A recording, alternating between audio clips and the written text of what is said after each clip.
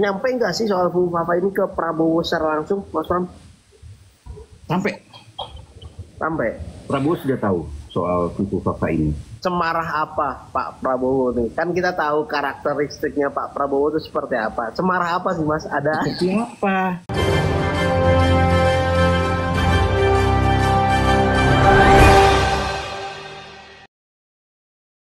Assalamualaikum warahmatullahi wabarakatuh.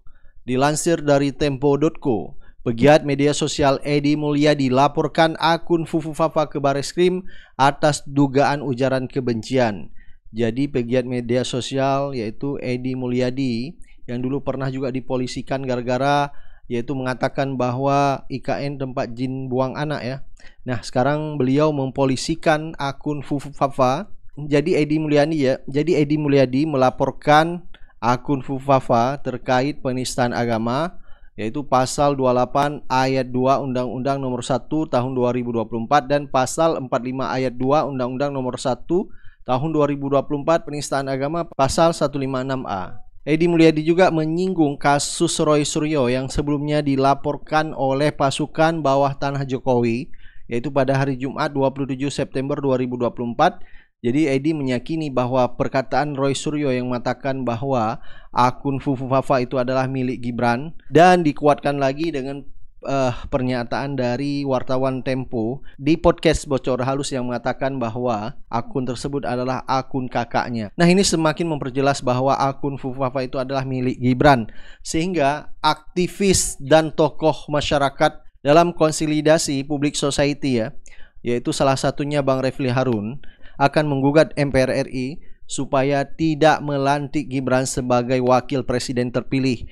Dinilai sudah melakukan perbuatan tercela dan ini akan berdampak ke depannya di saat dia menggantikan Prabowo atau membuat kebijakan-kebijakan yang justru akan berbahaya bagi negara dan bangsa ini. Apakah kita harus menyerahkan negara ini kepada bocil yang sudah melakukan perbuatan tercela? Baik, coba kita dengar ya pernyataan dari Bang Refli Harun. Saya juga diupdate oleh kemarin itu oleh Bang Marwan ya, Marwan Batubara, yang katanya mau menyampaikan gugatan terhadap Fufu Fafa ya, atau laporan polisi, apapun namanya. Tapi saya mengatakan lebih baik jangan. Nah, gini ya. Kenapa? Soal Fufu Fafa ini bisa didekati dari dua sudut hukum. Hukum tata negara dan hukum pidana. Kalau hukum pidana itu ya ada pihak-pihak yang berkepentingan sebagai delik aduan. Misalnya Prabowo, Syahrini boleh mengajukan itu. Tapi bisa juga itu delik umum ya. Penistaan terhadap agama misalnya, itu bisa delik umum juga. Tetapi kalau itu kita lakukan sekarang, itu akan memecah konsentrasi.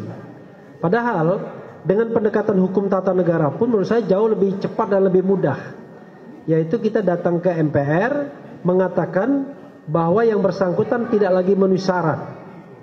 Nah, memang perbuatan tercela dan kejiwaan ini sebenarnya kan pembuktiannya jauh lebih mudah. Kalau kejiwaan tinggal di refer institusi yang berwenang untuk memeriksa kesehatan jiwa. Yang belakang harap tenang. Kalau perbuatan tercela itu tidak perlu dibuktikan lagi. Untuk perbuatan tercela itu cukup dibuktikan bahwa pemilik akun Fufu Fafa itu adalah Gibran, maka selesai. Gitu. Sehingga secara tata negara bisa berproses. Tapi kalau secara pidana, nanti orang MPR bilang kan kalian sedang mengajukan gugatan. Udahlah kami tunggu aja putusan pengadilan. Nah, itu yang kemudian menjadi tidak efektif jadinya bagi kita. Jadi kita konsentrasi saja meminta atau menggugat MPR agar tidak melantik Gibran. Jadi fokusnya ke sana semua. Ya, sepakat ya? Sepakat. Oke. Ya, oke. Kita kalau mau berjuang jangan ngomong dulu setelah pelantikan. Kalau setelah pelantikan nanti aja kita ngomong lagi. Iya, benar. Jadi seolah-olah kita udah pasti gagal, jangan begitu. Pokoknya sampai tanggal 20 kita berkonsentrasi untuk menuntut Gibran jangan dilantik, tidak dilantik. Oke. Jalannya adalah ke Majelis Permusyawaratan Rakyat. Entah melalui Ya, mulai besok harusnya. Ya kan? Oke, terus. Kalau sore tutup. Jadi mulai besok bisa dilakukan demo boleh, mengirimkan surat boleh, mengirimkan karangan bunga boleh. Selamat atas tidak dilantiknya Gibran, ya kan, misalnya gitu. Ya boleh. Boleh. Pokoknya intinya tujuannya ke MPR semua, ya. Itu satu. Yang kedua, ini soal lain, ya. Saya berharap bahwa civil society seperti kita ini tetap terpelihara semangatnya. Memang kita mengkritik Gibran untuk tidak dilantik. Tetapi kalau tujuan itu tercapai bukan berarti semua masalah selesai. Di depan kita ada presiden yang jangan-jangan lebih kejam daripada Jokowi. Jangan-jangan, ya kan? Ya kan? Dia bicara memberantas korupsi, iya. Mengentaskan kemiskinan, iya. Mensejahterakan, iya. Tapi dia tidak pernah bicara tentang menumbuh kembangkan demokrasi. Dia malah mengatakan oposisi itu barat, katanya. Nah, ini yang kita harus tetap bersatu sebagai civil society, menjalankan peran kontrol sebagai society. Saya sudah berjanji dan selalu mengatakan dalam setiap kesempatan, 5 tahun masa pemerintahan Presiden Prabowo titik-titik, saya tidak tahu titik-titiknya, ya. Bisa Gibran, bisa yang lain, kan. Prabowo titik-titik, saya tidak akan menerima jabatan apapun dari Prabowo. Mantap. Artinya selama 5 tahun masa pemerintahan Prabowo, saya akan tetap berada di civil society. Mantap. Ya, menjalankan peran pengkritik, peran untuk check and balance, peran untuk mengontrol kekuasaan. Karena kalau tidak, kita bisa terjebak kepada lubang yang sama. Karena banyak sekali teman-teman kita waktu di era Mulyono mengklaim, saya datang ke Mulyono untuk ngasih warna, ya kan? Berjuang dari dalam, bullshit semuanya, ya kan? Ya, sampai di dalam jadi penjilat, ya kan? Udahlah, kita dari awal tahu watak kekuasaan. Kalau tidak diimbangi, maka kekuasaan itu cenderung akan otoriter. Nah, kita jadi pengimbang. Jadi saya nanti mudah-mudahan Bang Medi tetap menyediakan rumah ini untuk pusat pergerakan oposisi, ya kan? Siap. Dan apa yang takbir? Al-insan. Nah, apa yang kita lakukan ini adalah suatu hal yang sifatnya konstitusional. Tetapi bagi penguasa yang mulai otoriter bisa menjadi masalah hukum, ya kan? Kemarin saya pidato di Lemhanas, tumben-tumbennya saya diundang Lemhanas. Setelah 2 tahun lebih nggak diundang, akhirnya diundang sama Lemhanas. Nggak, karena ditandemkan dengan Margarito Kamis, ya kan? Satunya lagi Adi Prayitno. Ya udah, saya ceramain aja jenderal-jenderal yang temannya Pak Narko itu kan, juniornya Pak Narko, ya. Kita bicara tentang demokrasi, bicara tentang bagaimana membangun budaya egaliter di partai politik. Saya bilang, you name it, mana partai politik kita yang demokratis? Semua feodal, termasuk Gerindra, saya bilang Prabowo, termasuk SBY dengan AHY, termasuk kemudian juga yang sipil seperti Nasdem dan lain sebagainya. Karena itu, ke depan mudah-mudahan kita tetap bersama menjadi bagian dari civil society. Jangan khawatir soal rezeki.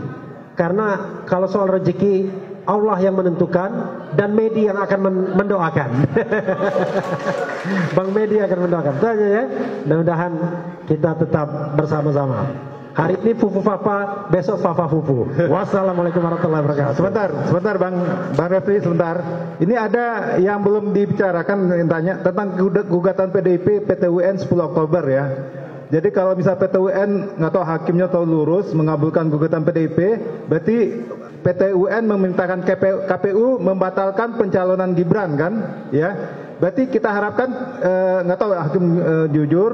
Kalau misalnya KPU melawan, ya kita makin enak ini. Jadi amunisi kita buat demo, kan. Jadi gimana pandangan saya hukum itu? Ya, jadi tanggal 10 itu kita tunggu. Tapi bisa jadi hakim akan lebih berani kalau seandainya sebelum tanggal 10 itu sudah ada gerakan-gerakan yang mendukung Gibran tidak dilantik.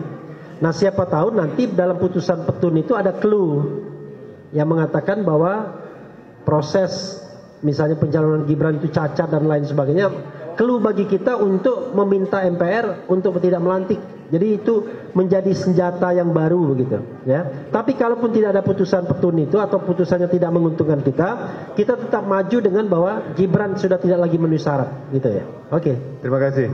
Ini closing statement, mungkin sampai 1:30 masing-masing dari Mas Roy, Mas Ishak, Bang Narko. Dan setelah itu jangan lupa kita akan foto bersama, ya, dan juga konsolidasi. Silakan Mas Roy. Terima kasih. Bapak dan Ibu yang saya hormati, sedikit tambahan amunisi buat Mas Refli dan juga kita semuanya. Kita selalu mendengar kemarin bahwa dalam kasus Fufu Fafa, bahkan Prof. Jimli Asidiki juga mengatakan, sudahlah, itu kan sudah 10 tahun yang lalu, ya kan? Itu sudah lewat, maafkan saja. Ya, memang kelakuannya di Kaskus adalah 10 tahun yang lalu. Tapi setidaknya kita mencatat ada 2 kejahatan dia yang baru 2 minggu yang lalu dan baru seminggu yang lalu. Yang pertama adalah dari 5.000 postingannya dia menghapus 2.100. Itu jelas kejahatan baru, ya. Kalaupun itu yang melakukan bukan dia, pasti suruhan dia, ya. Jadi itu clear dan ternyata itu dikonfirmasi oleh Tempo kemarin dalam bocoran halus. Itu adalah upaya bersih-bersih termasuk yang dilakukan oleh Menkominfo Budiari. Jadi artinya itu clear betul bahwa itu adalah kejahatan yang baru dilakukan oleh negara, dilakukan oleh pemerintah untuk menyelamatkan Fufu Fafa. Termasuk juga kejahatannya adalah mengaburkan identitas dia yang selama ini kemarin ketika teman-teman donasi sodakoh, ya, ada yang 5.000, ada yang 10.000 ke akun GoPay atau akun OVO-nya Gibran Raka Buming Raka, itu kan diganti menjadi Slamet. Itu kejahatan perbankan, harusnya bisa dilaporkan karena bank itu yang tercatat juga atas nama KTP-nya tetap Gibran. Kok bisa diganti jadi Slamet? Itu sebenarnya orang daftar pakai KTP salah saja bisa dipidana. Tapi nggak apa-apa, itu kita catat. Saya sepakat usulan Mas Refli tadi, kita fokus dulu, ya. Tapi tetap kejahatan itu kita catat. Dan sekali lagi, yang penting adalah konfirmasi dari teman-teman dari bocoran halus Tempo tadi clear. Karena BSSN, Badan Cyber dan Sandi Negara, itu adalah institusi resmi. Kalau dia sudah memastikan kalau Fufu Fafa itu adalah si Gibran Raka Buming Raka dan Mulyono Mumet, ya, atau Jokowi Mumet, ya, tadi oke lah. Kalau nanti kita bikin lagi kaos korban Jokowi gitu, ya, jangan korban Mulyono, ya. Oh, ini kaos ya, statement dikasih, ya. Nah itu makanya ya bukan kasihan Mulyono, dia mau melarikan diri, terus nanti kalau ijazah palsu itu kan dikejar, kan itu kan miliknya Hari Mulyono gitu loh. Jadi biar confused nanti. Oke, sekali lagi itu yang, ya.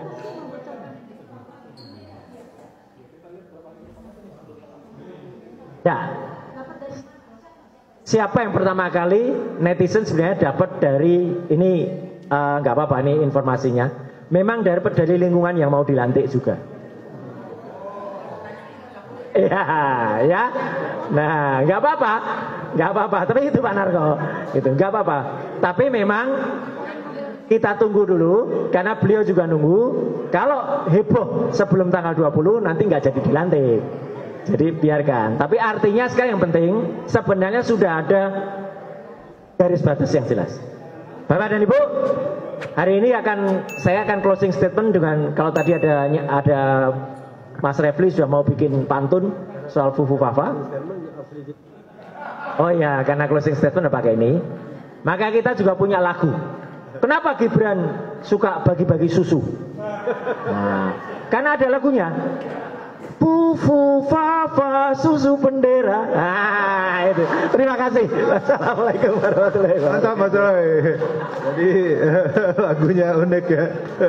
Kemarin di Al Jazeera Nah, ini ada informasi dari wartawan senior Tempo yaitu Mas Pram ya. Dia mengatakan bahwa informasi Fufu Fafa ini sudah sampai ke telinga Prabowo ya. Jadi sampai orang sekitar Prabowo itu sangat marah dengan Fufu Fafa ini. Sebelumnya dari kita ngobrolin soal Fufu Fafa, sebenarnya ini pertanyaan banyak orang. Sebenarnya nih nyampe nggak sih soal Fufu Fafa ini ke Prabowo secara langsung, Mas Pram? Sampai Prabowo sudah tahu soal Fufu Fafa ini, dan orang-orang di sekitarnya juga sudah tahu. Ini yang membuat ya informasi yang didapatkan oleh Tempo, Fufu Fafa ini menimbulkan kemarahan, gitu. Jadi ada setidaknya ada dua kelompok di Gerindra dan juga lingkaran Prabowo yang punya sikap berbeda. Yang pertama, maafkan masa lalu. Tidak perlu kemudian mempersoalkan apa yang terjadi. Tapi di sisi lain, ya ada juga yang kemudian marah.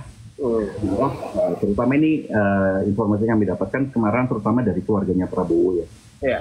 Ada Gibran gitu. Ya bahwa mereka mengatakan nggak pantas loh. Masuk begini sih gitu loh. Kok dulu lu begini gitu kan. Ya itu dipersoalkan oleh bagian dari mereka.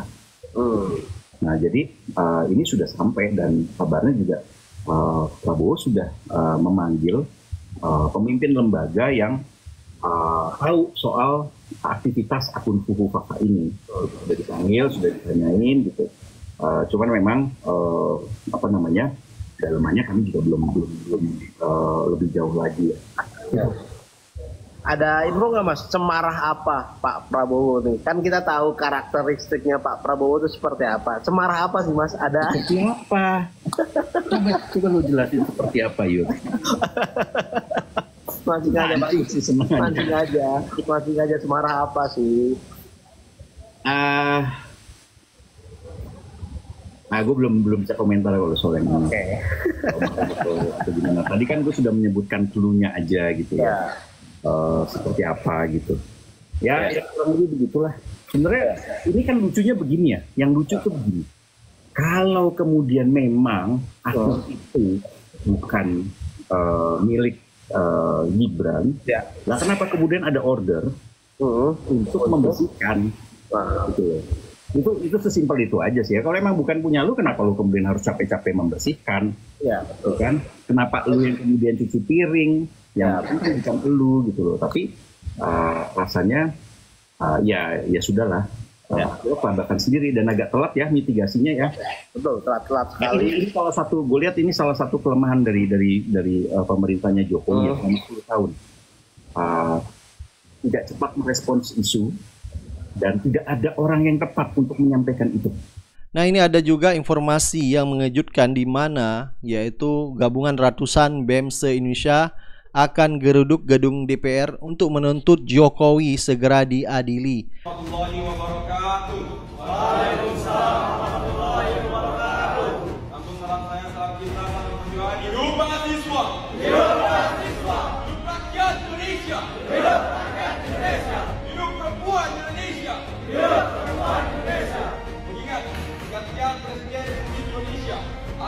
Dilaksanakan dalam 13 hari dan masih banyak dosa-dosa dari Presiden Jokowi yang belum dipertanggungjawabkan.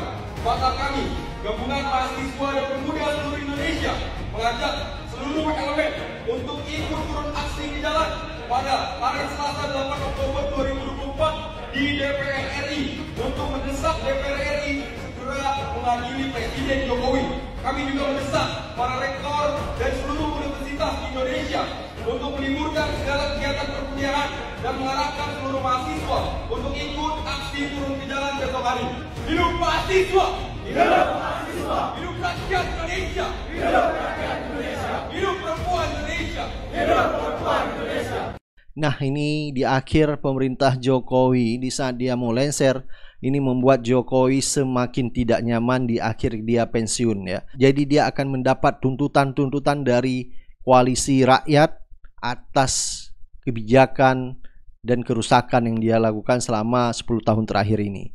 Dan yang kita lihat kemarin yaitu proses sidang Habib Rizik menggugat Jokowi, menggugat kebohongan Jokowi, yaitu mencapai 5 triliun lebih untuk menutup utang Indonesia, sudah berjalan. Apakah setelah Lensar nanti akan ada gugatan-gugatan lainnya, yaitu kepada Jokowi, yang intinya masyarakat ingin mengadili Jokowi sampai masuk penjara atas perbuatan yang sudah dia lakukan menghancurkan negara ini.